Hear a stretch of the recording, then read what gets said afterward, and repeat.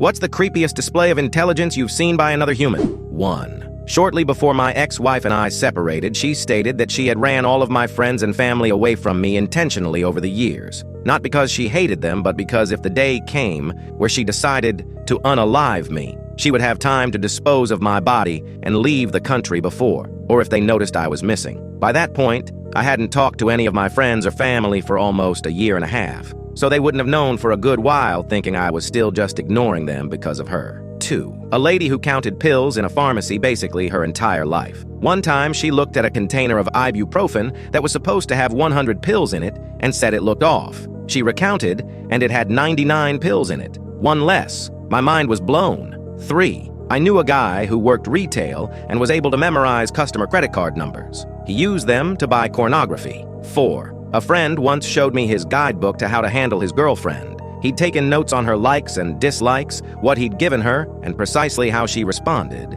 which actions caused which responses in her, what phrases he could quote at her to yield particular responses, etc. And then sort of used the information he'd collected to write a little guide to expected outcomes of various things he does, so that he could diffuse her if she got mad at him. If she felt unloved, he had strategies for fixing the situation, so he could go back to doing whatever he likes while she gets off his back. If X, then Y will likely do Z, unless P. It was somewhere between oddly sweet and creepily manipulative. 5. When I was in med school, I was tangentially friends with a guy who never showed up to uni at all. All lectures, called in sick for all lab and tutorial sessions. The night before second-year finals, he was around my house and said he had spent the last week watching every lecture at 2x speed.